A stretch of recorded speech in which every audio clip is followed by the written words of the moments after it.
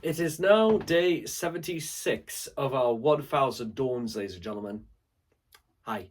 So, last night, and I feel like I want to let me just explain to you a little bit about the story about what happened last night. So, I was on tournament duty all throughout last night, although it wasn't much of the night because here's the thing. They let me go home early after about 5 hours because here's the rub is that by being on tournament duty, it means that we actually got through the tournament a lot faster than usual, by nearly 2 hours faster, as it turned out. And on the floor level, it was even quieter than the night previous. This being the night, by the way, where I just sort of stood on a table for what felt like at least 2 hours, doing absolutely nothing. And yeah, it was probably a mercy. It's more of a mercy killing more than anything else, if you want to look at it that way. Yeah, first time they had to send us home early, because there was just nothing to do, and there's too many chiefs and all that. However, whilst all that was going on, and I was actually praised quite generously for my for doing tournament duty, probably because, well, they needed assistance anyway, and, well, they just so happened to have one. But whilst I did have a few breaks here and there throughout last night, it gave me an opportunity, because it was something my brother advised me to do, is that, for those not in the know, I have ambitions to go and work in Las Vegas. And for those who've caught on to the videos where I talk about Las Vegas, I mentioned the fact that I think that, as a conservative estimate, at its lowest possible, I would need £10,000 to get started to get me out to Las Vegas.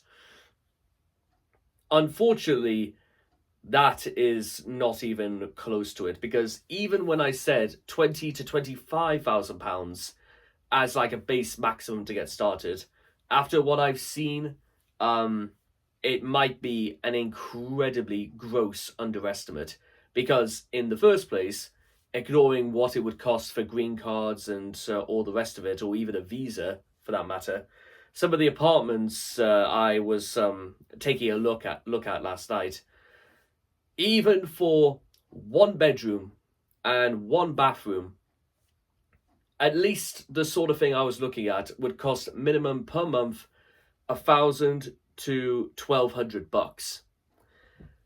And let me put it another way. The first thing that I took a look at was at this place called Liberty Apartments, which, even its lowest rated per apartment, $700 to 1,000 per month. But for what they're worth, let's just say 1,000 is a base minimum.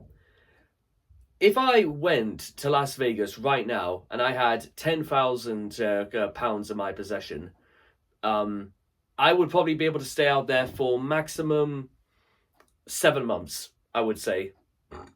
1,000, for, or let's say, rent, and how I would be able to live off the rest by the time I find work. That is assuming I find work almost immediately. Which, that's probably the next point of contention, is that if I don't find work within probably the first month of getting to Vegas, I would probably make a very, very sharp U-turn and get back home. Which is why, I would probably have to have work in place before my feet even leave the ground. But even then, £25,000 would probably be better, because at least then that would be roughly a whole year. I mean, that would cover rent for a whole year, and, well, just do what I have to do to get by for what I have left and what I'm going to be earning. But realistically, I wanted to get an apartment like very close to the Strip, mostly because it would be extremely convenient to work. I probably wouldn't even need to get like public transport or anything like that, because some people do actually forget that it's possible to walk certain places. I mean, even a 30-minute walk wouldn't be too bad, because 30 minutes is like, well, nothing. And a bit of fresh air and a bit of exercise will do me the world of good. Because I'm assuming that, there aren't any free gyms going around. So, compromises have to be made in some places.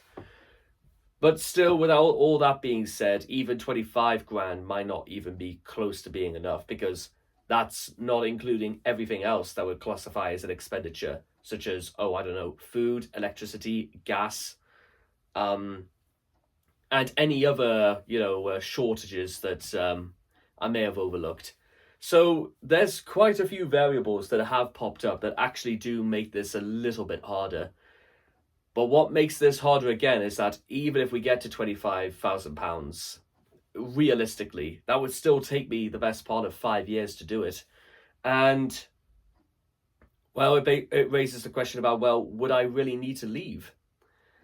Why not move down south instead? I mean, I know that I know they'll probably need work somewhere down in London or Cardiff, or even further up north in Glasgow or anything like that.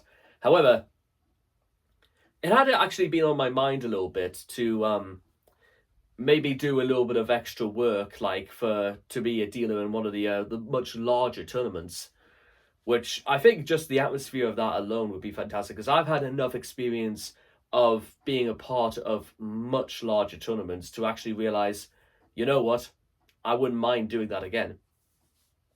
So we have that. It's certainly a consideration as far as I'm concerned, because the tournament I did last night was pretty big, to be fair. So I can't exactly say it probably wasn't really not for me, because it really was. Anyway, so putting all that aside, I still have to again find the old contention of how do I make up, the sum of £25,000 in less than 5 years. Well, I know how to do it, but, well, it is going to be one of those cases where somehow, in some way, more money has to come from somewhere. That's the first point that has to be underlined. However, if I really want to get myself out to Vegas, then guess what? I'm going to have to find a way to do it. So in the meantime, I'll see all of you guys again next time. Thank you.